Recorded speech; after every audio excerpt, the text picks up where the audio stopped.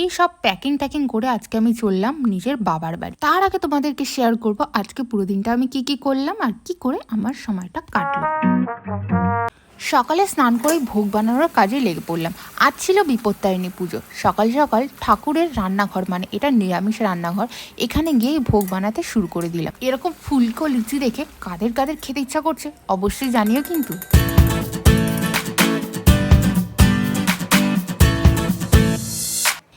এরপর এলো সুজি বানানোর পালা।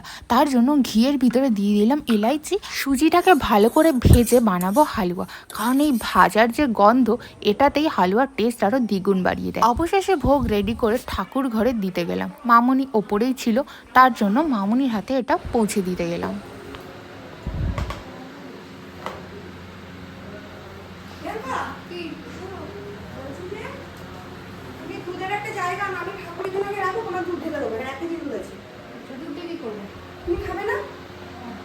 ঠাকুরমশাই চলে এসেছেন, তার জন্য বসে পড়েছিলাম পুজোতে। তোমরা এবার কে কে এই মঙ্গলবারে বিপত্তারিণী পুজো দিয়েছো অবশ্যই কমেন্টে জানিও।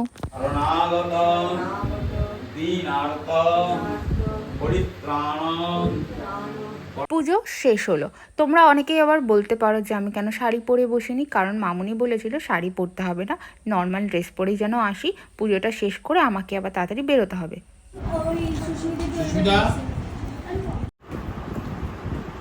তুমি করো, তোমার সাথে যা হলো।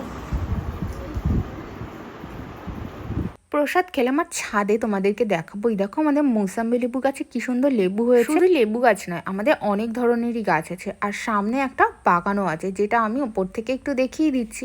বাগানে অনেক ধরনের ফুল গাছ আছে, আর ঘরের ভিতরেও গাছ ভর্তি। প্যাকিং করে আমি এই লাগেজটা নিয়ে যাব না, লাগেজটাও গাড়িতে করে পৌঁছে দেবে। আমি স্কুটি নিয়ে বেরিয়ে যাব। দুপুরে বাড়ি পৌঁছে খেতে হবে। বাড়ি পৌঁছেই দুপুরবেলায় মার সাথে একটু গল্প করতে করতে ছাঁচ খাচ্ছিলাম। এইদিকে আমি দিদিকে ফোন করে বললাম তুই তাড়াতাড়ি আয়, আমরা একটু মাঠে যাব। মাঠে যেতে আমার খুবই ভালো লাগে। মাঠে গিয়ে চোখ পড়লো লাউ বাগানে। দিদি বললো লাউ কিনে নেবে, কিন্তু হাতে পয়সা নেই, তার জন্য ফোনপে দিয়ে লাউ কিনতে হবে আমাদের। হ্যাঁ ওটা নেতা একদম কোনায়। বাবা কুজো হয়ে থাকতে থাকতে পা। লাউয়ের অভিজ্ঞতা কোথা থেকে আসলো? মোটাটা মিষ্টি হয়।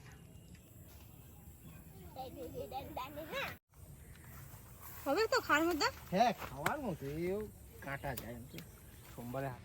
গ্রামে থাকলে কি হবে, কতটা স্মার্ট দেখেছো, লাউ কিনতে হচ্ছে তাও ফোন পে ইউজ করে।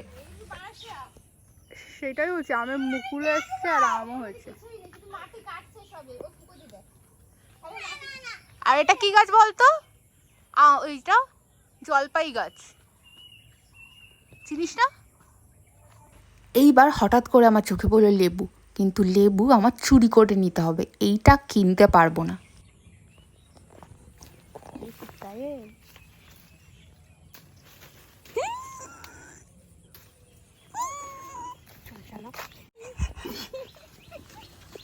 বাড়িতে পৌঁছে দেখলাম আমার লাগেজ নিয়ে ও চলে এসছে, তাই ওর গাড়িটা রাখা, আর আমি পুরো রোবটের মতন মাথায় এই জিল কাগজটা নিয়ে নাচানাচি করছি। বৃষ্টি হলে আমার খুব ভালো লাগে ভিজতে। এরপরে একটা ক্লিপ আর শেয়ার করতে পারলাম না। জোরে যখন বৃষ্টি নেমেছিল তখন ও ওর গাড়িটা আমাকে দিয়ে ধোয়াচ্ছিল, সেটার ক্লিপ আর নেওয়া হয়। আর আমি 4-5 দিনের জন্য থাকতে এসেছি বাড়িতে। আমার কাকার ছেলে মানে আমার দাদার রিসেপশন সামনেই, তো তার জন্য আমি এসেছি বাড়িতে। সমস্ত আপডেট তোমরা পেয়ে যাবে। চলো সবাই আমার চ্যানেলটিকে অবশ্যই সাবস্ক্রাইব করো। আজকের জন্য টাটা, দেখা হবে অন্য কোনো ভিডিওতে।